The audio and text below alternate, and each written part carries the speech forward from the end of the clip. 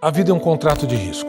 Risos e lágrimas fazem parte do processo. Aplausos e vaias, sucessos e fracassos fazem parte da nossa história.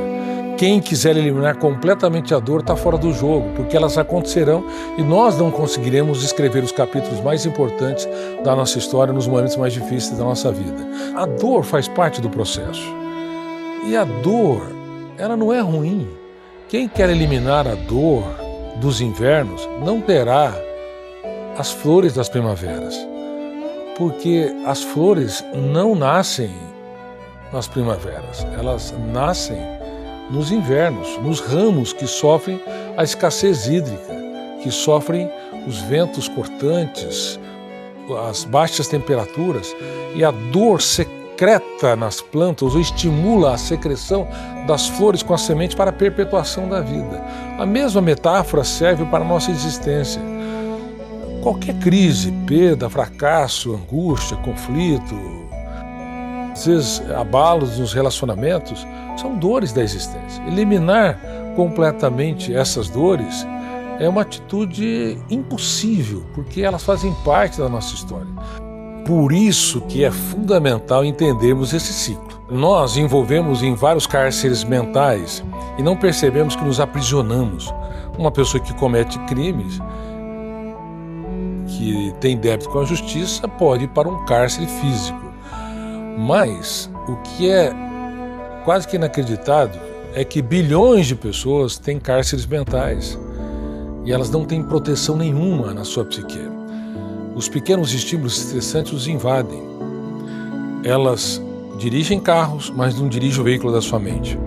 Administra o orçamento da sua casa e da sua empresa, mas não administra o orçamento da sua emoção. A sua emoção, ela se torna um bebê, ela compra aquilo que não lhe pertence. Ela transforma uma barata num dinossauro, ela transforma uma dieta num monstro, porque, nossa, eu tenho que emagrecer, eu vou sofrer. E quando elas pensam em emagrecimento, elas pensam na dor e não percebem que a dor é um fator a ser superado. Você pode acariciar a dor, você pode transformar a dor numa experiência para que te motive e te anime. Quando você usa a dor para crescer, a dor deixa de tornar um monstro. Quando você vira as costas para a dor, seja qual for, uma ofensa, uma rejeição, uma angústia, uma ansiedade, ela adquire proporções gigantescas que sugam o prazer de viver, o encanto pela vida e a capacidade de nós sermos autônomos.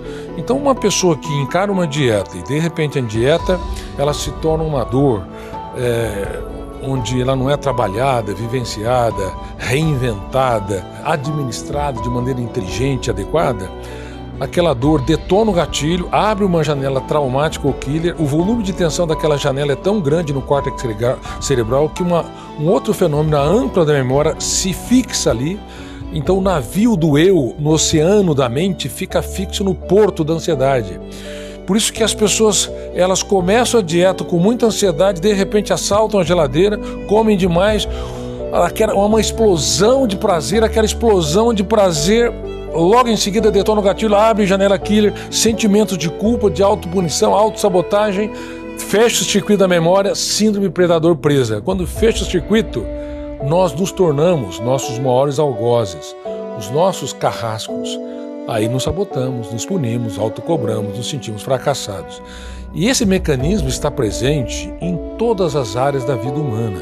Não é só na dieta. Está presente, por exemplo, quando uma pessoa ela vai fazer uma prova escolar. Ela estudou, de repente ela sabe tudo, naquele momento ela fica tão preocupada em ser eficiente que detona o gatilho, abre uma janela killer, fecha o circuito, todas as janelas que contêm as informações, as milhares de informações não são acessadas e ela tem um fracasso. Aí vem um sentimento de culpa, de que não é inteligente, não é capaz, quando na verdade apenas se acionou mecanismos da síndrome predador presa.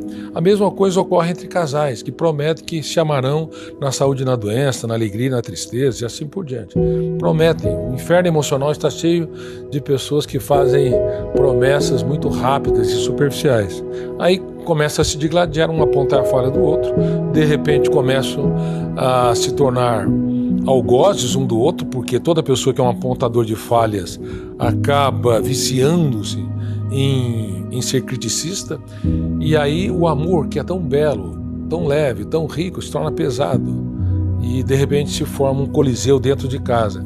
Detona o gatilho, abre janela aqui, o defeito do outro é superdimensionado, aí eu fecho o circuito da memória, ao invés de trazer à minha lembrança todas as coisas mais belas que eu me apaixonei por ela e ela por mim, não, naquele momento o circuito fechado, eu só vejo defeitos, e aí me torno um algoz, um predador de quem mais amo. Então a síndrome predador-presa, ela está presente fortemente em todas as falhas do ser humano, seja nas dietas, seja na superação de problemas, seja na sua autoestima, seja nas suas atividades socioprofissionais. Muitos no mundo todo não querem sujar suas mãos para cultivar as flores. Amam as flores, mas espera um pouquinho. Não há flores sem que você suje as mãos, sem que você retire as ervas daninhas. Muitos querem que os filhos o amam, ou que o seu parceiro, sua parceira admiram, mas eles não conseguem elogiar, eles não conseguem pedir desculpas, não conseguem falar, filho, eu também errei, me perdoe, eu levei o tom de voz desnecessariamente. Se você não aprender a sujar as mãos, nós não somos dignos do mais belo relacionamento, do sucesso emocional. Por isso que dieta emocional é muito importante na junção com a dieta física. E eu acho que as universidades estão doentes no mundo todo. Inclusive as escolas de ensino básico, high school, ensino médio no mundo todo, porque ensina as pessoas a conhecer o mundo em que estamos, mas não o mundo que somos. Não ensina que o eu deve pilotar a aeronave mental. Por nada e por ninguém, eu vendo a minha saúde emocional, ela vale ouro de fato, mas na prática, nossa paz, ou nossa saúde emocional, ou nosso bem-estar vale muito pequeno, muito pouco. Ela vale um preço vil. As pessoas invadem a nossa privacidade e roubam aquilo que nós temos de melhor, porque não tem portas e janelas na propriedade chamada mente humana. Ela é terra de ninguém. Toda propriedade, ela não pode ser violada, porque senão você sofre um processo. Você tem garantias constitucionais que essa propriedade é sua, está na escritura.